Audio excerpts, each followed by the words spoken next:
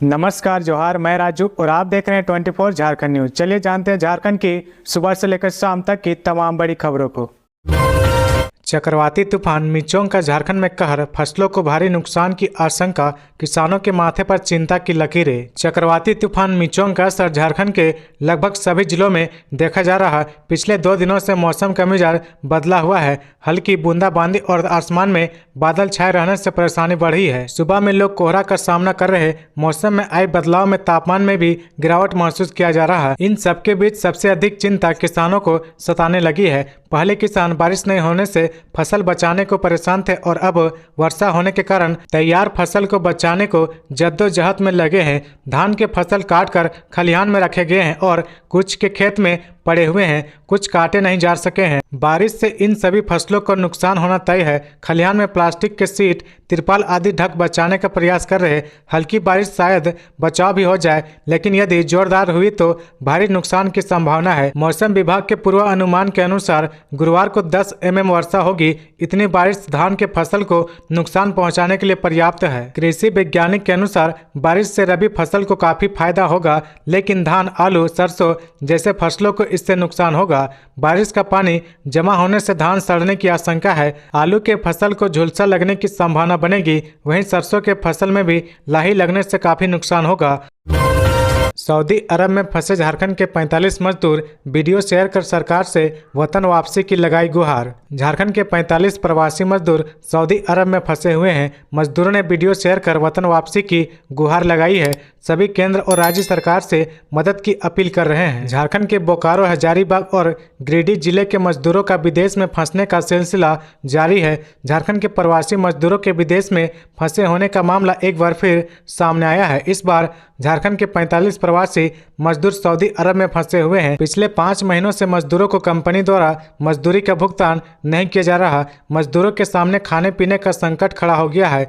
मजदूरों ने social media पर वीडियो शेयर कर अपनी दुर्दशा बताई है और सरकार से वतन वापसी की गुहार लगाई है। साथ ही उन्होंने बताया कि वेतन के भुगतान की मांग भी की गई है। प्रवासी मजदूरों के हित में काम करने वाले सिकंदर अली ने भारत सरकार और राज्य सरकार से मजदूरों की मदद की अपील की है। उन्होंने कहा कि रोजगार की कमी के कारण झारखंड में हर दिन कहीं न कहीं ऐसे मामले सामने आ रहे हैं। लोग रोजी रोटी की तलाश में विदेश जाते हैं, वहां उन्हें प्रताड़ना का सामना करना पड़ता है। ऐसे में बड़ी मुश्किल से मजदूर अपने वतन लौट पा रहे हैं। सरकार को मजदूरों के पलायन को रोकने के लिए रोजगार की व्यवस्था करने की जरूरत है। उन्होंने बताया कि झारखंड के 45 मजदूर सऊदी अरब में फंसे हुए हैं।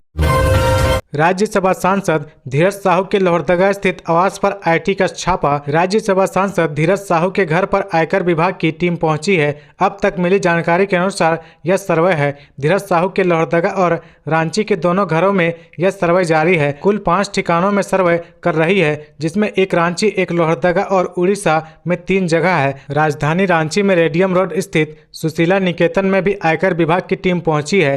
राज्यसभा सांसद के 5 ठिकानों पर सुबह ही टीम पहुंची और सर्वे कर रही है। सूचना है कि आईटी की ओर से जो टीम सर्वे कर रही है वह उड़ीसा से आई हुई है। आयकर विभाग की नजर इससे पहले साल 2019 में भी राज्यसभा सांसद पर थी।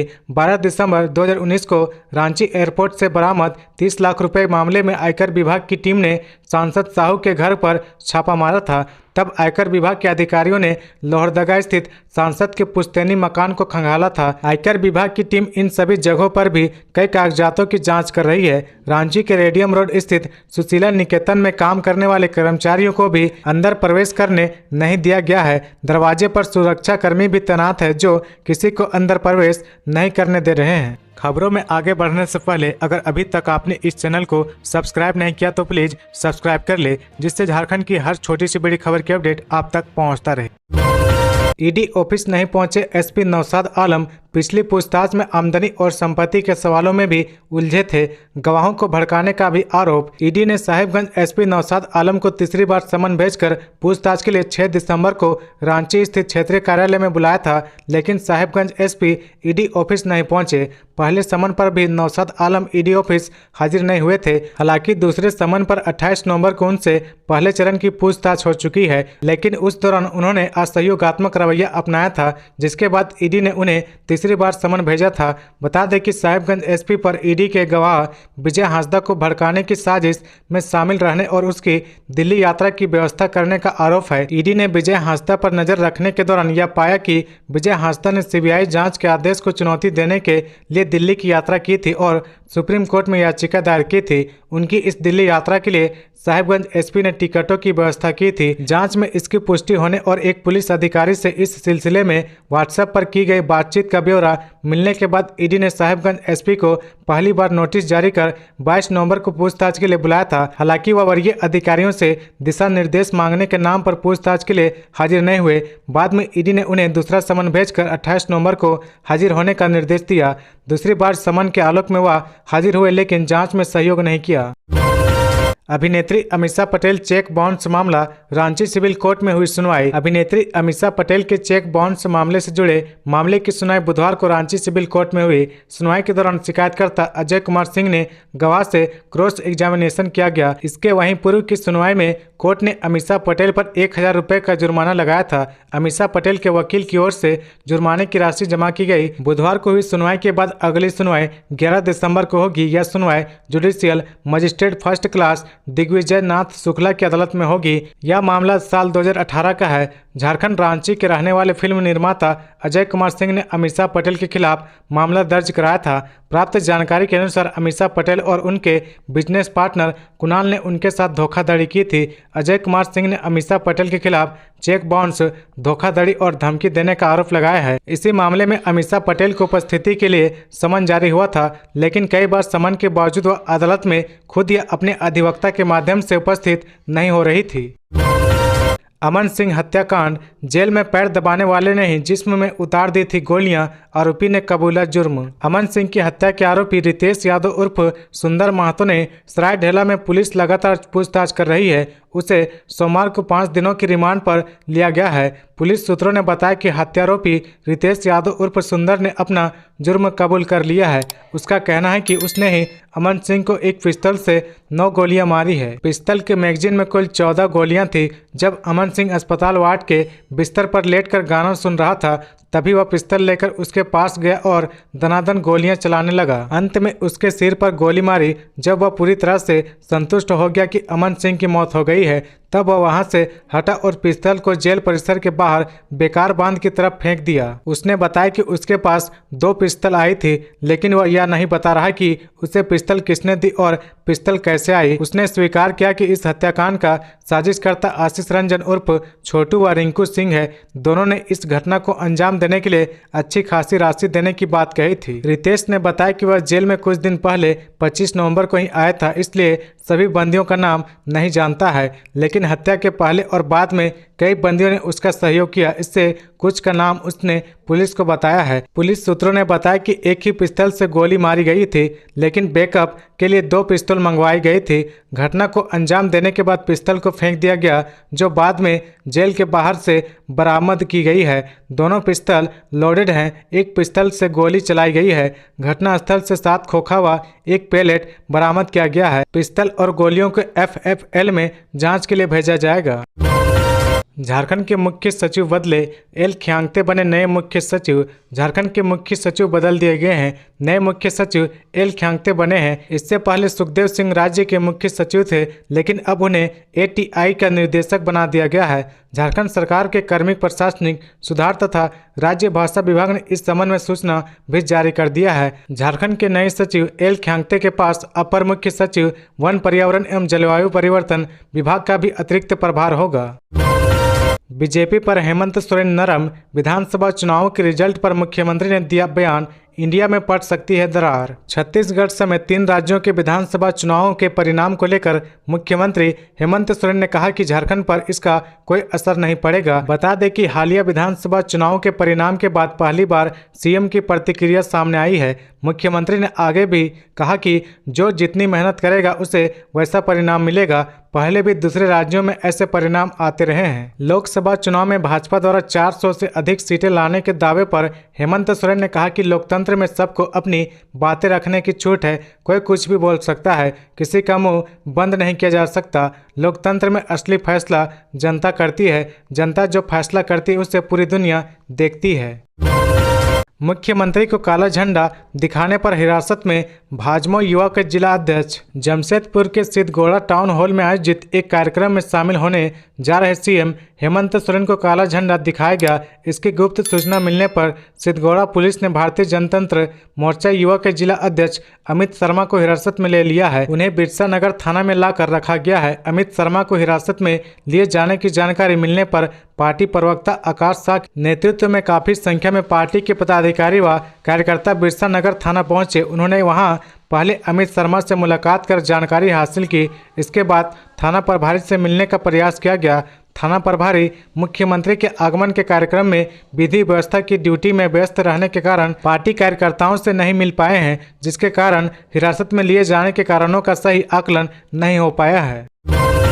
लोकसभा चुनाव से पहले वजूद कायम करने में जुटे नक्सली झारखंड, बंगाल व उड़ीसा रीजनल कमेटी को पुनर्जीवित करने की तैयारी। लोकसभा चुनाव से पहले एक बार फिर नक्सली अपना खोया वजूद पाने की चाहत में हैं। इसके लिए वे रेड जोन झारखंड, उड़ीसा व बंगाल में रीजनल कमेटी को पुनर्जीवित करने की तैयारी कर रहे हैं। इन जगहों पर नक्सलियों के महाजुटान की व्यापक तैयारी चल रही है। इसको लेकर नक्सलियों की ओर से कमेटी को बैठक होने की भी संभावना है। इस सूचना के बाद खूंटी, पश्चिमी सिंहभूम और सरायकेला पुलिस को अलर्ट किया गया है। इस जोन पर न सिर्फ झारखंड बल्कि पश्चिम बंगाल और उड़ीसा तक का बड़ा वजूद था। पहले इस जोन का न सिर्फ झारखंड बल्कि पश्चिम बंगाल और उड़ीसा तक बड़ा वजूद था। इनके निर्णय चुनाव को प्रभावित करते थे, लेकिन 24 नवंबर 2011 को नक्सलियों के नेता कोटेश्वर राव उर्फ किशन जी के मारे जाने के बाद और ग्रीन हंट ऑपरेशन के कारण इन इलाकों से नक्सलियों के पांव उखड़ गए। इसके बाद से दोबारा वजूद बनाना इनके लिए मुश्किल हो गया। कोल्हन में 1 करोड़ के इनामी नक्सली कर रहे कैंप।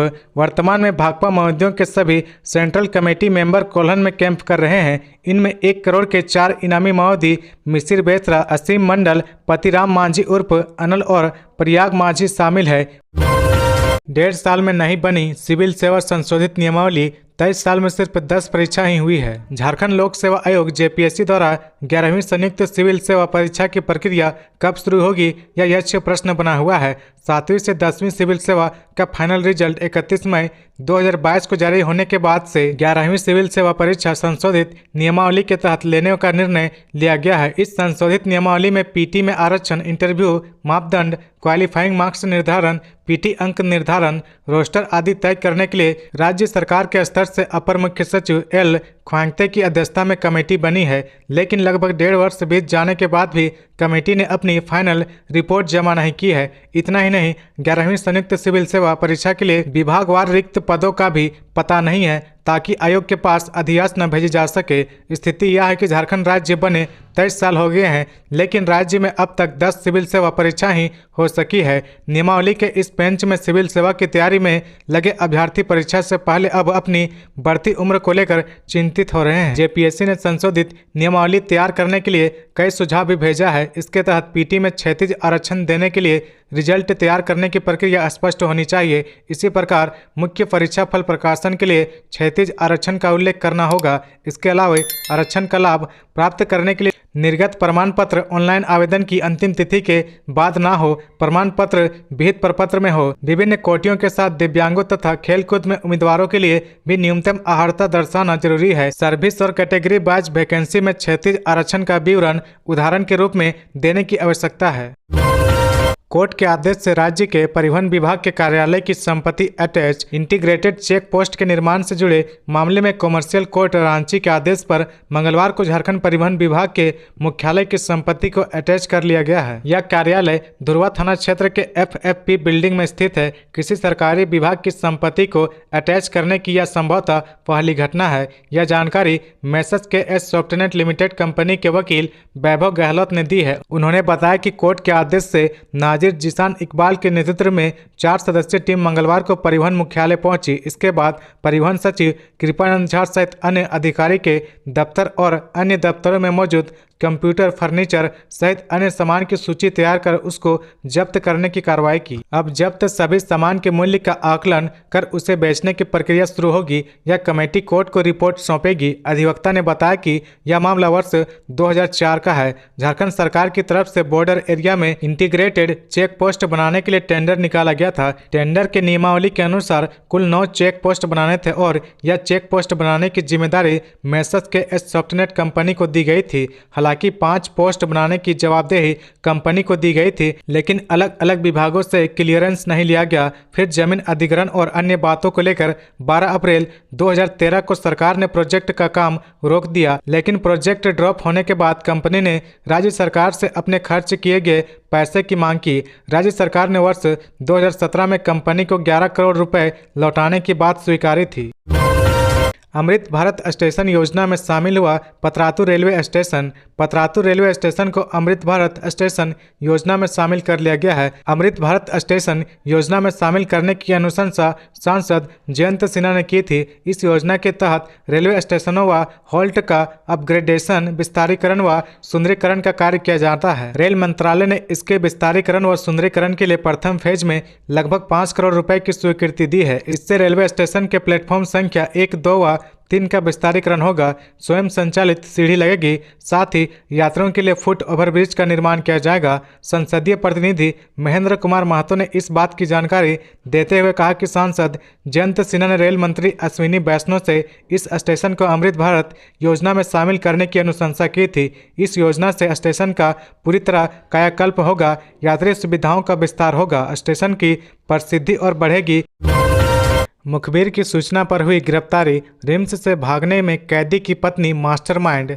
रिम्स के ऑर्थो वार्ड से पैर टूटे होने के बावजूद दिन दहाड़े भागे सातिर चेन स्नेचर मोहम्मद साकिब उर्फ देवा को पुंदाग पुलिस ने मंगलवार को गिरफ्तार कर लिया है। वह डुगडुगिया बस्ती पुंदाग में अपनी पत्नी शबनम परवीन उर्फ जोया उर्फ चांदनी के साथ किराए के एक मकान में छुपा हुआ था। देवा को रिम्स से भगाने का पूरा प्लान उसकी पत्नी जोया ने बनाया था। जोया ने अपने पति के एक बाइक मैकेनिक दोस्त को अपने प्लान में शामिल किया। रिम्स से देवा को भगाने के लिए जोया ने बाइक मैकेनिक को 10,000 रुपए देने का लालच दिया था।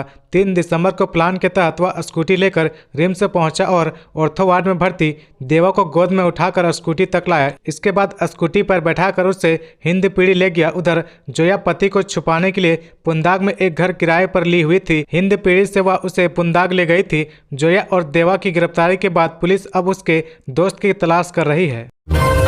280 आंगनबाड़ी केंद्र किराए मकान में जबकि अन्य 80 दूसरे सरकारी विभागों में किया जा रहा संचालित। गोड्डा प्रखंड क्षेत्र में 280 आंगनबाड़ी केंद्र संचालित है, जिसमें आंगनबाड़ी केंद्र की कुल संख्या 186 है, जिसमें पेयजल सुविधा युक्त आंगनबाड़ी केंद्र भवन की संख्या 129 है। शौचालय सुविधा युक्त भवन 72 है। वैसे आंगनबाड़ी भवन जो बिजली व्यवस्था से युक्त है वह मात्र 15 है। इसमें किराए भवन वाले आंगनबाड़ी केंद्र की संख्या 83 है, जिसमें पानी युक्त 37 शौचालय सुविधा युक्त 21 है। वहीं जिसमें बिजली कनेक्शन की सुविधा है वह 27 है, जबकि 11 ऐसे आंगनबाड़ी केंद्र है जो दूसरे विभाग के भवन में संचालित हो रहे हैं। गोड्डा प्रखंड का गोड्डा ग्रामीण आंगनबाड़ी केंद्र किसी भी मामले में सुरक्षित नहीं है। वहां 28 बच्चे नामांकित है। आंगनबाड़ी केंद्र का निर्माण तो कर दिया गया है, लेकिन किसी भी हाल में सुरक्षित नहीं है। छत से हमेशा मलबा गिरता रहता है। कई बार नामांकित बच्चे की जान बचाई गई है। यह स्कूल जिला मुख्यालय से तकरीबन 5 किलोमीटर